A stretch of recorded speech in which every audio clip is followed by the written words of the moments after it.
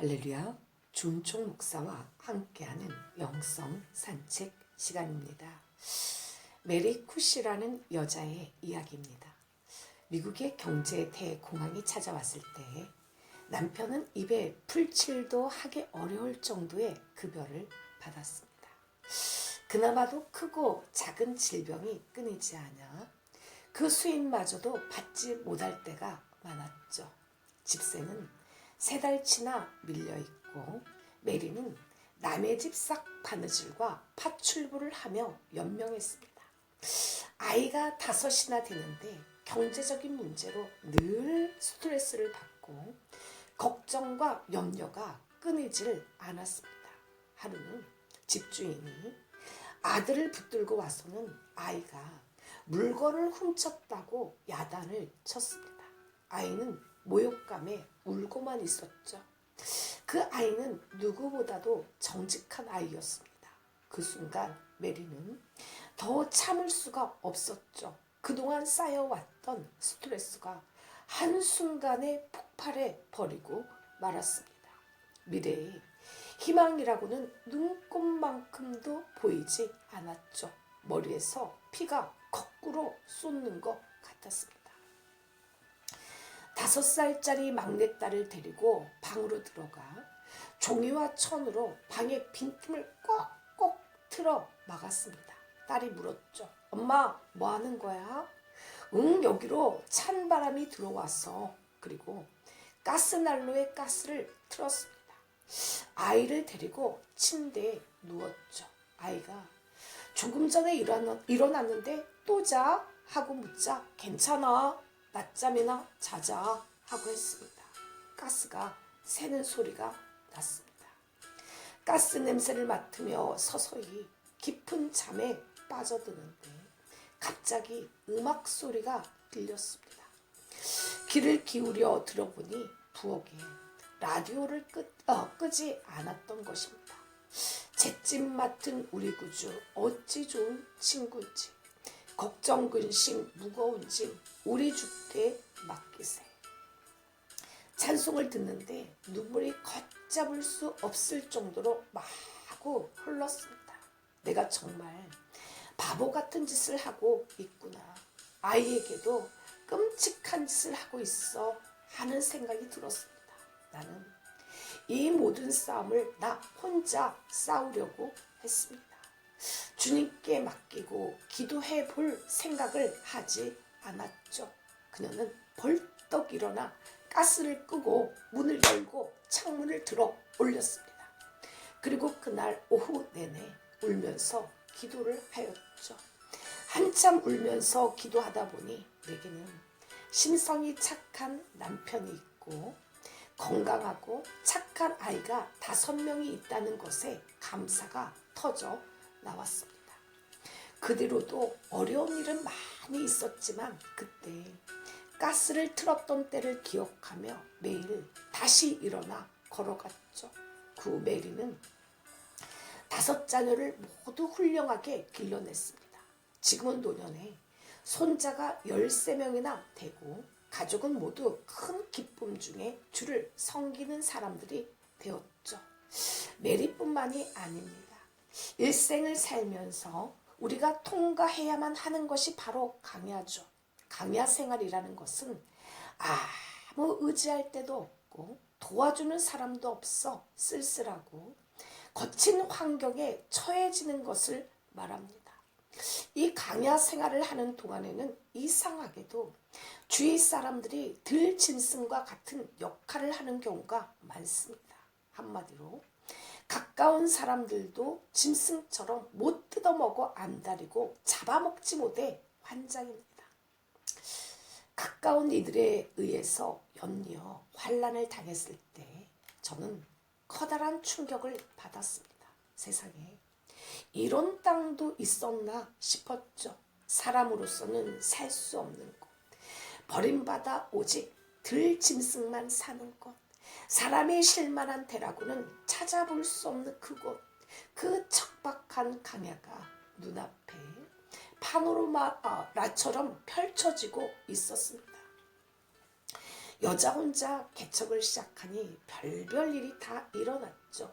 하루는 잠을 자는데 보통 새벽 4시가 되면 일어나는데 그날은 보통 때보다 더 일찍 잠이 깨었습니다. 왜냐하면 서늘한 기운이 느껴졌기 때문이죠. 아니나 다를까 제 방의 창문을 흔들면서 어떤 남자가 침입하려는 것이 보였죠. 얼마나 놀랐는지 모릅니다. 순간적으로 주님, 제게 용기를 주소서라고 기도하며 방의 불을 갑자기 켜고 큰 소리를 질렀습니다. 야, 이 새끼야, 여기 어디라고 감히! 그러자 그 남자가 놀라서 한급히 후다닥 도망가는 것이 보였습니다. 그날 몇 안 되는 성도들이 새벽 예배를 드리기 위해 5시에 오기까지 놀란 마음이 진정되지를 않았죠. 1시간 동안 울면서 기도를 한참 하였습니다. 그때 주님이 다가와 제게 말씀하였습니다. 은총아, 악한 자가 너를 건들지도 못하리라 하시면서 요한일서 5장 말씀을 주셨습니다. 하나님께로부터 나신 자가 그를 지키심에 악한 자가 그를 만지지도 못하느니라. 하나님께서 내게 위로의 말씀을 주셨지만 놀란 마음이 쉽게 가라앉지를 않았죠. 그래서 그날 이후로 잠을 잘 적에 2년 가까이 머리맡에 몽둥이를 두고 잠을 잤습니다. 이 일뿐만이 아니죠. 구치소에서 나와 소주를 먹고 교회 문을 부수려고 행패를 부리는 사람, 지독할 정도로 괴롭히는 남자 스토커, 교회에 남자 성도가 하나가 오기까지 기가 막힌 일들이 많았습니다. 이렇게 하나님께서 제게 내가 너를 연단하리라 라고 말씀하신 대로 실로 오랫동안 강야는 제 인생의 묵상 주제였습니다. 나중에 교회에서 성경 그룹을 인도할 때 강야 학교 강좌를 넣을까 하는 생각도 하고 있습니다. 저뿐만이 아니죠. 지금 이 순간에 영성 산책을 듣고 있는 당신도 어쩌면 죽기보다 힘든 강야를 지나가고 있는지도 모릅니다. 강야 이야기를 하니 문득 한 여자가 떠오릅니다. 이 여자는 결혼하여 아들만 넷을 두었죠. 그런데 남편이 일찍부터 딴 살림을 차리는 바람에 눈물의 고개를 넘어야 했습니다. 자식들을 먹여 살리기 위해서 막일도 하고 목욕탕에서 일을 하기도 했습니다. 리어카 행상도 하고 때로는 막노동까지 했죠. 자식들을 위해서 안 해본 일이 없을 정도였습니다. 그런데 그것도 부족해서 한 아들을 정신병원으로 보내야 했죠. 그러니 얼마나 마음고생이 심했을까요? 눈물과 한숨 속에서 고개를 넘어가던 이분이 일을 마치고 자전거로 집에 돌아오는 길에 그만 교통사고를 당했습니다. 얼마나 심하게 다쳤는지 엉덩이 살을 뜯어서 여기저기 사고 부위에 이식수술까지 하였습니다. 그나마 산 게 다행이었죠. 왜 이렇게 하나님은 우리를 모질게 자꾸만 강야로 몰아넣으시는 걸까요? 왜 하나님은 가난의 강야, 병마의 강야, 해도 너무한 강야에서 이렇게 지긋지긋하게 물질 때문에 고통당하고 몸이 아파서 고통당하고 인간관계 때문에 고통당하게 하는 것일까요? 이 시간에 찬양 강야를 지나며 히스윌의 곡입니다.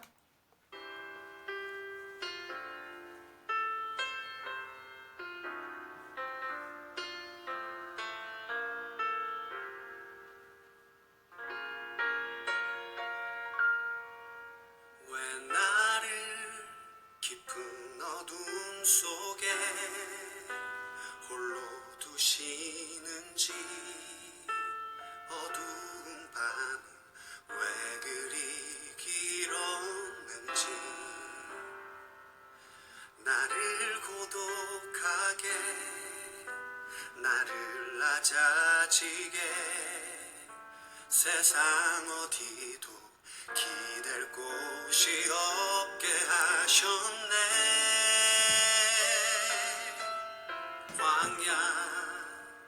광야에 서 있네.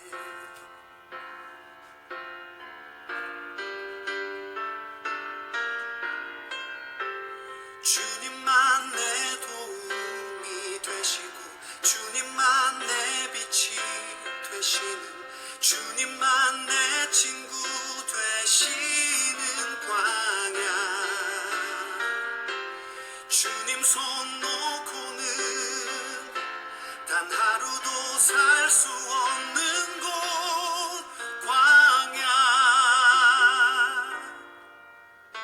광야에 서 있네.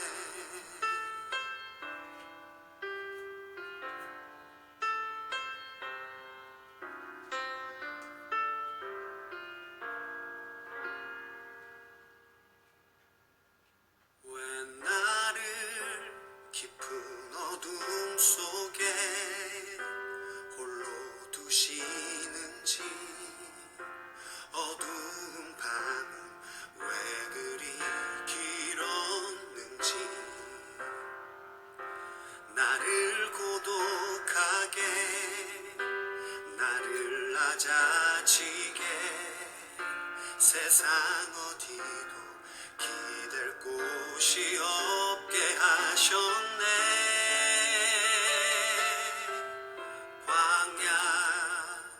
광야에 서 있네.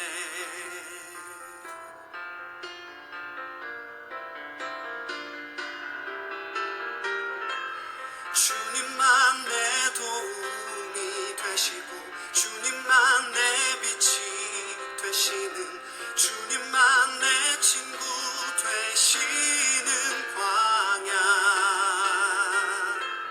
주님 손 놓고는 단 하루도 살 수 없는 곳 광야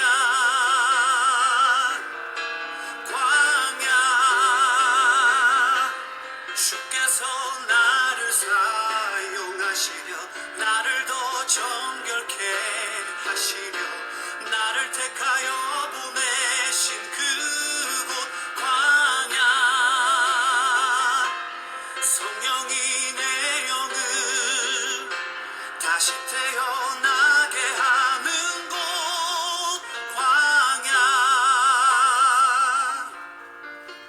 광야에 서 있네.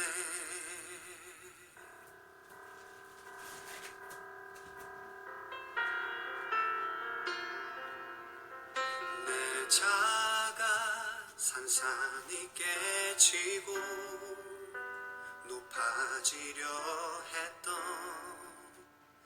내 꿈도 주님 앞에 내어놓고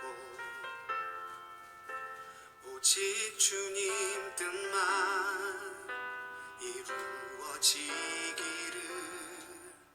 나를 통해 주님만 드러나시기를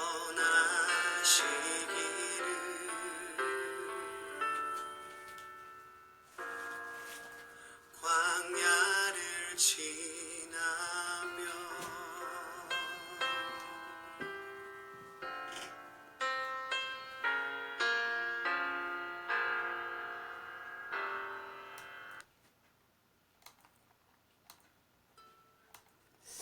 할렐루야. 하나님이 제게 당하신 이 일은 갑자기 길거리를 걷다가 낯선 이에게 뺨을 맞은 느낌이었죠. 참 황당했습니다.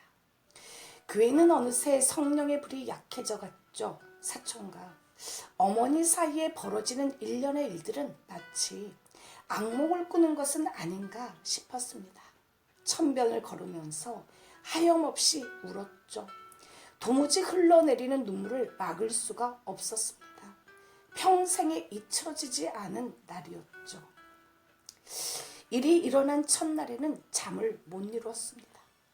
어느 연예인이 그랬던 것처럼 연탄 가스라도 피워놓고 죽고 싶었습니다. 이렇게 방황하는 저의 이런 모습을 보고 나만은 예외일 거야 라고 생각이 드는가요? 나는 이러한 행동을 하지 않을 거야 하고 생각하는가요? 천만의 말씀입니다.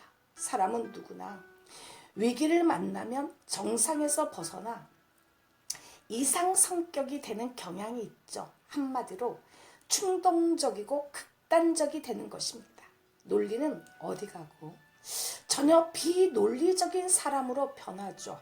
그래서 위기를 만난 사람을 대할 때 이전에 알고 있던 정상인으로서 그를 대하면 문제가 발생할 수가 있습니다. 왜냐하면 그는 위기로 인해서 정상적인 반응을 할 수 있는 기능이 약화되었거나 상실해 버렸기 때문이죠. 그래서 가까운 사람들의 말 한마디는 큰 힘이 될 수도 있고 큰 상처가 될 수도 있습니다. 무심코 가볍게 내뱉는 말이지만 인생의 기로에서 서 있는 사람에게는 천근만근의 무게를 지니고 있기 때문이죠. 그날 그렇게 눈물이 바다를 이룬 후에 주님께 말했습니다. 주님, 저 이제 떠날래요. 이날 이때까지 이렇게 고생만 죽도록 했는데 너무 힘들어요.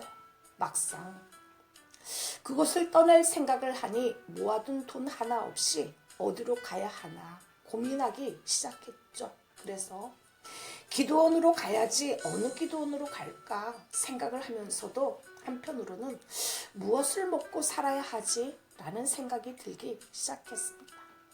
그러면서 하나님께 울기 시작했죠. 주님, 저 이제 어떻게 하면 좋아요? 그러자 주님이 말씀하셨습니다. 딸아, 내가 너 하나를 못 먹여 살릴 것 같니? 요나에게 박넝쿨을 보여주듯 내가 너의 인생을 책임진다는 한 가지 확신을 보여주리라. 하나님이 그날 밤에 나타나셔서 말씀한 바로 그 다음 날이 되었죠. 전 이 날을 평생 잊지 못할 것입니다. 마치 꿈꾸는 것처럼 신기한 일이 진행되는 거였죠. 술술. 전 그날 한 사장님을 만나게 되었습니다. 그런데 말로 뭐라 표현할 수 없을 정도의 신기한 일들이 일어났죠. 그분의 평생 소원은 성전을 지어 하나님께 바치는 것이었습니다. 그런데 이분 말씀에 의하면 웬일인지 여름에 뭔가 쫓기듯 바쁘게 움직이면서 성전 건축을 하게 되었다는 것입니다. 무언가 강력한 힘이 자기를 이끌었다는 거죠. 그러면서 실제로 그 현장을 가보니 평택과 안성 중간 지점에 정말 아름다운 새 성전이 이제 막 지어져 가고 있었습니다. 교회 부대 시설로 만든 커피숍도 예뻤고 사택도 아름다웠습니다. 그런데 사장님이 갑자기 놀라운 말씀을 제게 하시는 거였어요. 목사님이 이 교회를 맡아서 하십시오. 아파트와 차도 드리겠습니다. 목사님을 뵙는 순간 제가 찾던 분이라는 걸 깨달았습니다. 이 교회는 목사님 겁니다. 그러면서 이런 말을 덧붙였죠. 우리 부부에게는 외동딸 하나가 있는데 외국에서 자라 한국에서는 살 것 같지 않습니다. 저희 부부도 적적한데 목사님을 가족처럼 여기겠습니다. 이것이 꿈인가 생시인가. 정말 하룻밤 사이에 꿈 같은 일이 일어났습니다. 이것이 현실이라는 것이 믿어지지가 않았죠. 침대도 가정가구도 다 들여놓을 테니 세상에나 몸만 오라고 하시는 거였습니다. 기뻤죠. 더 이상 상처받는 땅, 내게 아픔과 눈물만 주었던 그 땅이 싫었습니다. 그곳을 떠나 다시는 이곳을 돌아보기가 싫었죠. 하지만 하나님의 허락이 떨어져야 움직일 수가 있었습니다. 저는 하나님께 기도의 자리로 나아갔죠. 주님, 말씀하옵소서. 종이 듣겠나이다. 그런데 이상한 것은 기도하면 할수록 제 마음을 붙잡는 것이 하나 있었습니다. 얼마 되지 않지만 나의 수치를 위해 기도해주고 같이 고생했던 양들의 얼굴이 밤마다 떠올랐습니다. 마음이 괴로웠죠. 생명을 줘도 아깝지 않은 귀한 양들이었습니다. 누구보다 신앙이 아름다웠던 나의 면류관. 그들을 뿌리치고 홀로 도망치듯 갈 수가 없었습니다. 핸드폰에서는 계속해서 사장님 부부의 전화가 걸려왔죠. 10통도 넘게. 도무지 받을 수가 없었습니다. 마침내 결단을 내린 후 궁핍한 처지였지만 감사원금 20만 원을 준비해가지고 사장님을 찾아갔습니다. 사실 이 일로 인하여 한 가지 견고해진 것이 있었죠. 정말 하나님은 무슨 일이 있어도 나를 버리지 않는구나 라는 확신이 생긴 거였습니다. 저는 지금도 그분이 건네준 황금색 명함을 가지고 있습니다. 마치 이스라엘 백성들이 법궤에다가 아론의 쌍난 지팡이를 보관하듯이 저도 그 명함을 보관하였죠. 그것을 보며 하나님의 약속을 늘 생각하였습니다. 당시 그분은 소방차에 들어가는 부품들을 제조해서 납품하는 업체를 운영하는 사장님이셨습니다. 택시를 타고 그분을 찾아갔죠. 하지만 사장님은 거래처에 가고 자리에 없었습니다. 그래서 수의실에다가 감사원금과 편지를 남겨놓고 나왔죠. 저는 하나님께 예배를 드리면서 감사의 박수를 올려드렸습니다. 혈육을 붙잡지 아니하고 온전히 하나님만 의지하게 하신 하나님을 찬양하였습니다. 그때 가장 많이 부른 찬양은 이 몸의 소망 무엔가, 또 사람을 보며 세상을 볼 때 주님만이 라는 복음성가였죠.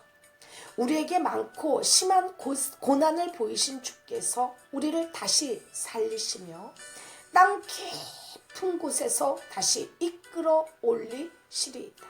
하나님이 내게 이 험난한 광야를 걷게 하신 목적이 무엇일까? 그것은 네 마음이 어떠한지, 그 명령을 지키는지 아니 지키는지 알려 한다고 하셨죠. 신명기 8장 2절에서. 사실 인생을 살아가는데 고통과 근심거리가 없는 사람은 없습니다. 고통은 누구나 예외 없이 다 당하는 것이죠. 육체적인 고통, 정신적인 고통, 경제적인 고통, 여러 가지 고통을 당하면서 살아가게 되는데, 문제는 어떤 고통을 당하느냐가 아니라 고통을 당할 때 어떤 반응을 보이느냐 하는 것이죠. 즉 긍정적으로 반응하느냐 부정적으로 반응하느냐 하는 것입니다. 고통을 당할 때 하나님을 원망하거나 불평하면서 환경에 좌절하면 그는 폐인이 되죠. 고통이 나쁜 것이 아니라 그 고통에 대한 부정적인 반응이 나쁜 것이죠. 그러나 고통을 당할 때 잘 소화시키며 긍정적인 반응을 하게 되면 기적이 나타나는 것을 체험하게 됩니다. 오히려 축복의 기회가 되는 것이죠. 고난당한 것이 내게 유익이라. 이로 인하여 내가 주의 율례를 배우게 되었나이다. 이 시간에 찬양 순례자의 길 한 곡 올려드립니다.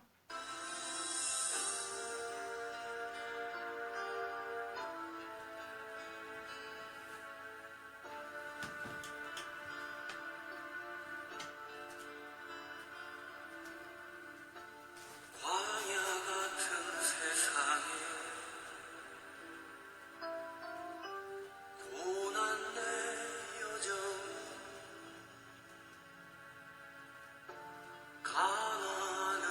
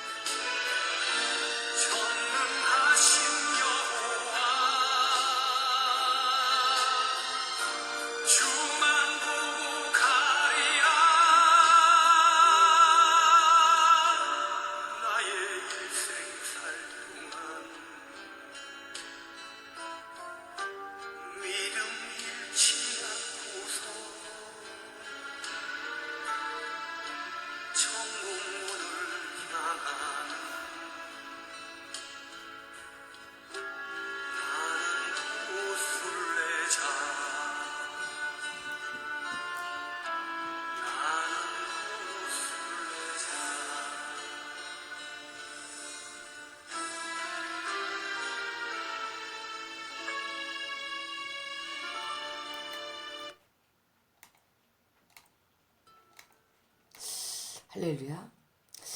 저는 강야를 거치면서 더욱더 기도의 사람이 되었습니다. 기도하지 않으면 잠을 잘 적에도 공허하고 외로웠죠. 겨울에는 난방도 하지 못하고 전기장판 하나로 겨울을 견뎌냈고, 때론 김치도 없어 김치의 소중함도 알았습니다. 궁핍도 감사요, 가난도 감사였습니다. 왜냐하면 살아남기 위해 주님을 매 순간마다 간절히 찾았기 때문이죠. 이렇게 강야는 기도하는 자가 사는 땅입니다. 강야가 우리에게 주는 감동 중에 가장 큰 것은 기도의 감동이죠. 누구나 강야에 서면 기도할 수밖에 없죠. 누구나 야곱처럼 강야에 서면 외로운 돌베개 기도를 드릴 수밖에 없고, 야복강에 처절한 기도를 드릴 수밖에 없습니다. 강야는 결핍의 땅이요, 가난과 굶주림의 땅이기 때문입니다. 이스라엘 역시 기근을 당했을 때 겸손을 배웠죠. 이스라엘은 고생이나 가난에서 그러한 고통을 당한 것이 아니라 강야에서 기근을 겪어야만 했습니다. 태양이 장렬한 강야에서 아무리 먹을 것을 찾아도 찾을 도리가 없죠. 정신적인 절망 상태에 빠지고 궁핍은 돌을 더했죠. 그러나 그런 상황이 그들에게는 하나님의 기적을 체험하는 기회가 되었습니다. 그들이 낮아짐으로 인해 하나님을 찾게 된 것이죠. 문득 한 남자 성도의 이야기가 생각이 납니다. 이 사람 역시 자신에게 닥친 어려움을 통하여 하나님의 도우심을 체험하였습니다. 이 남자는 건설업에 종사하여 늘 세상의 즐거움에 흠뻑 취해 살았죠. 사회생활에서는 통이 크고 호방하다는 소리를 듣고 있었지만 정작 자신의 아내에게는 다정하지 못했죠. 그런데 이게 웬일일까요? 그에게 둘째 아이가 태어났는데 뇌종양에다 눈과 귀의 기능이 작동되지 않는 기형아였던 것입니다. 그래서 자신의 아이라 사랑스러웠는데 세상에나 태어난 지 4개월 만에 숨이 멈춰버린 것이었죠. 그 절망 가운데 교회 집사님들이 아내를 붙들고 예수 이름으로 간절히 기도하자 숨이 멈추었던 아이가 호흡이 돌아오는 것이었습니다. 참 신기한 일이다 생각하면서도 반신반의한 그였죠. 그 아내는 하나님께서 아들을 고쳐주리라 라는 믿음으로 교회에 열심히 출석했지만 그는 마지못해 차량 봉사만 해주었죠. 그러던 어느 날 교회 밖에 차를 세워놓고 기다리고 있는데 아무리 기다려도 아내가 나오질 않았습니다. 화가 치밀어 오르기에 아내에게 따질 요량으로 예배 장소에 들어갔죠. 그런데 그는 자신도 모르게 들려오는 목사님의 설교에 은혜를 받기 시작했습니다. 이상하다. 왜 이렇게 마음이 뜨거울까? 그것이 그가 신앙의 길로 접어들게 된 동기가 되었죠. 이후 그의 아이는 주님의 손길로 인해 병이 나았습니다.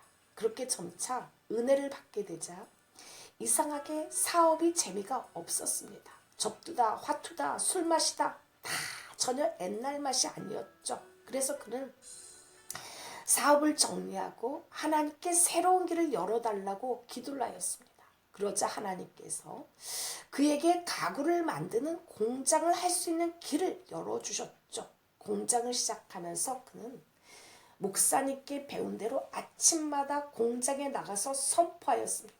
예수 이름으로 공장은 잘 돌아가고 전 세계에서 주문이 몰려오라! 그 기도가 이제 열매를 맺어 주문이 쏟아져 들어와 전 세계를 누비고 있습니다.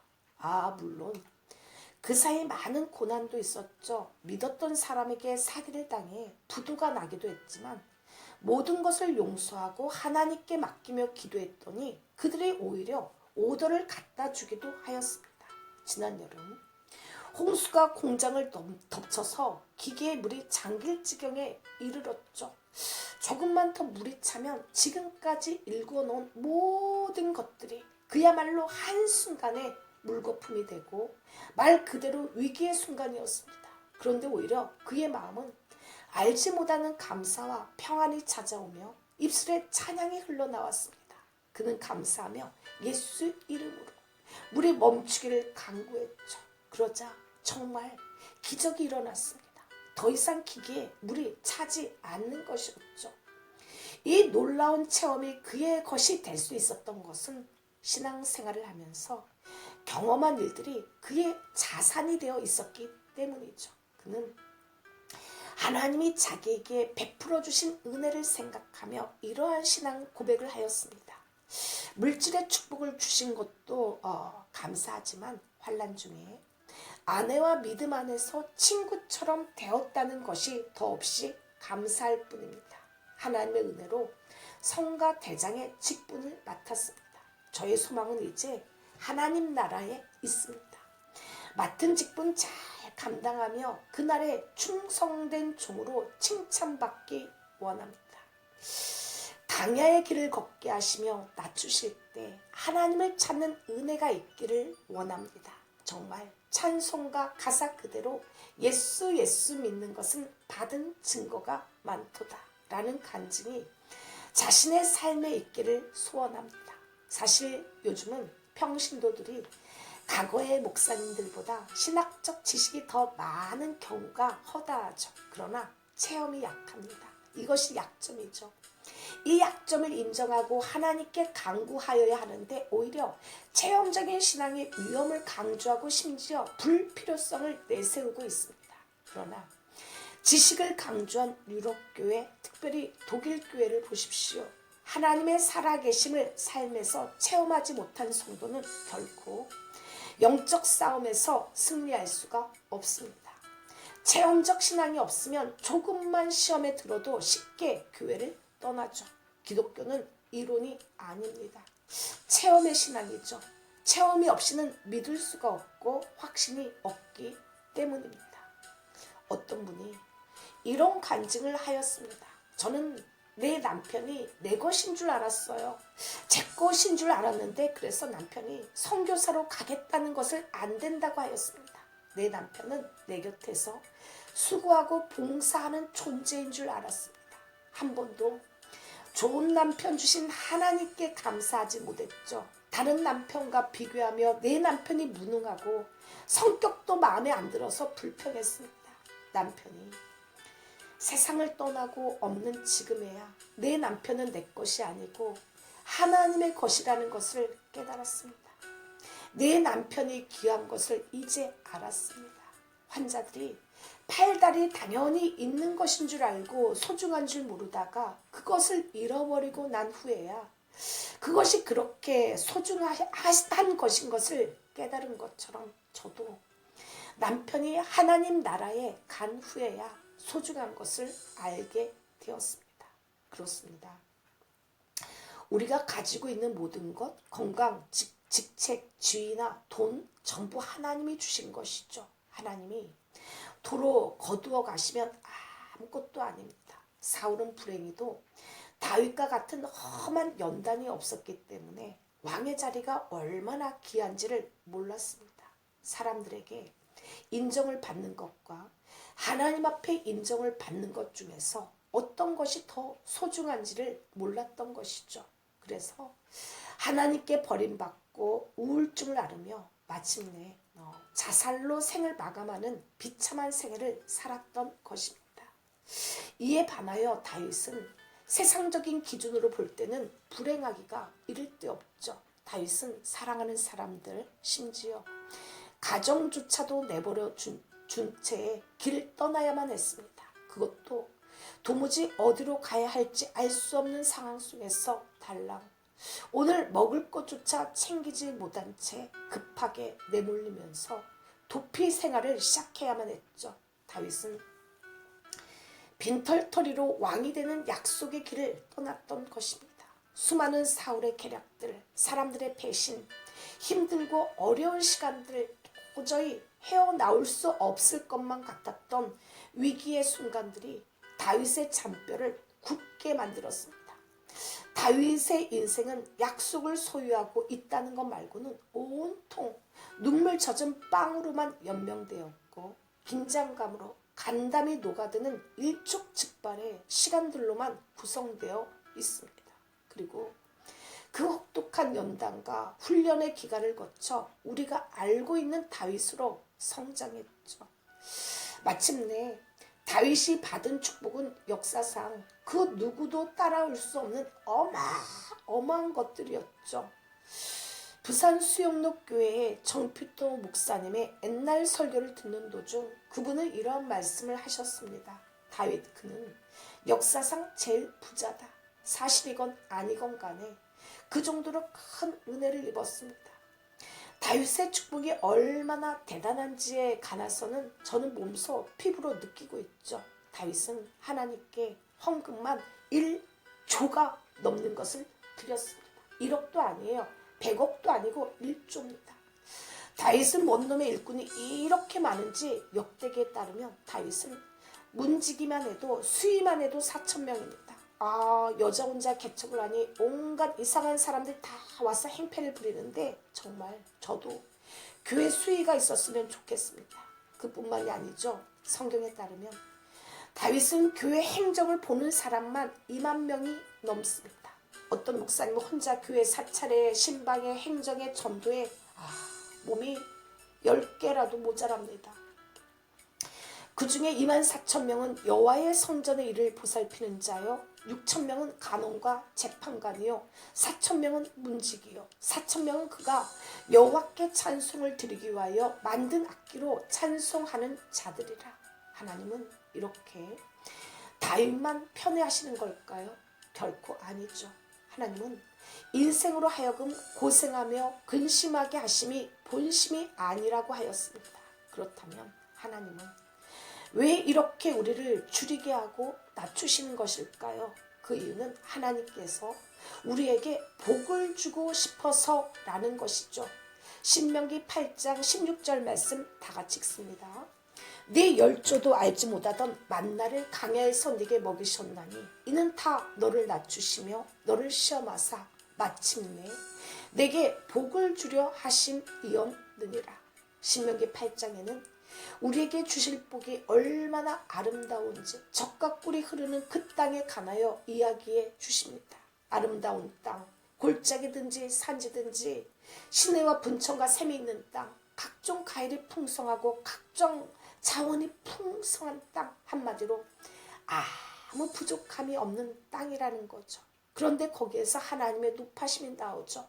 너희들이 잘 살게 될 때 마음이 교만해져서 여호와를 잊어버릴까 봐, 내 힘으로 이렇게 많은 재물 얻을 능을 얻었다라고 잘난치 할까 봐 그게 걱정이라는 거죠. 그래서 모세는 옥토 아름다운 땅, 부족함이 없는 풍성한 땅에서 감사하며 하나님을 찬송하는 백성을 만들기 위해서 40년을 강야에서 지내게 하였다고 말하였습니다. 정말로 눈물을 흘리며 빵을 먹어본 사람이 인생의 소중함을 알죠. 자신이 가난해 보니 예전에는 그냥 지나치던 것이 얼마나 소중한지 다시금 생각하게 되는 것이죠. 겨울에 난방을 제대로 못하니 독거노인들의 심정도 헤아려 보게 되고, 추운 날 청소해 주시는 청소부 아저씨의 수고도 다시금 되돌아보게 되는 것이죠. 작은 것 하나하나가 귀한 은혜로 다가오는 것입니다.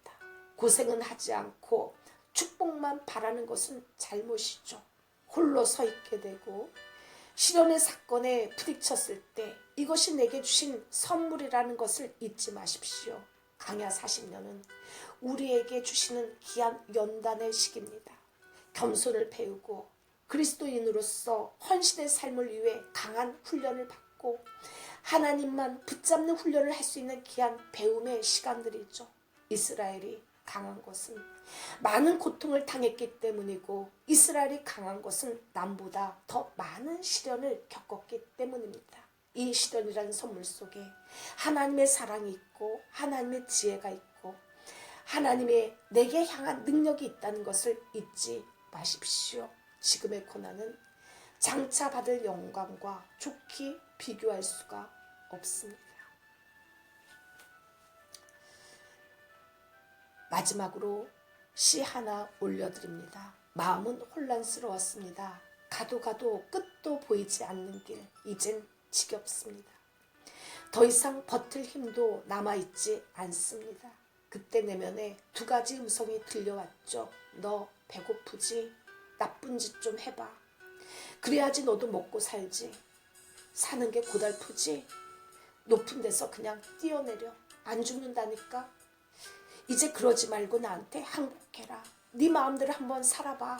내가 살려줄게. 그러자 또 다른 음성이 말했습니다. 성경을 못 읽었니?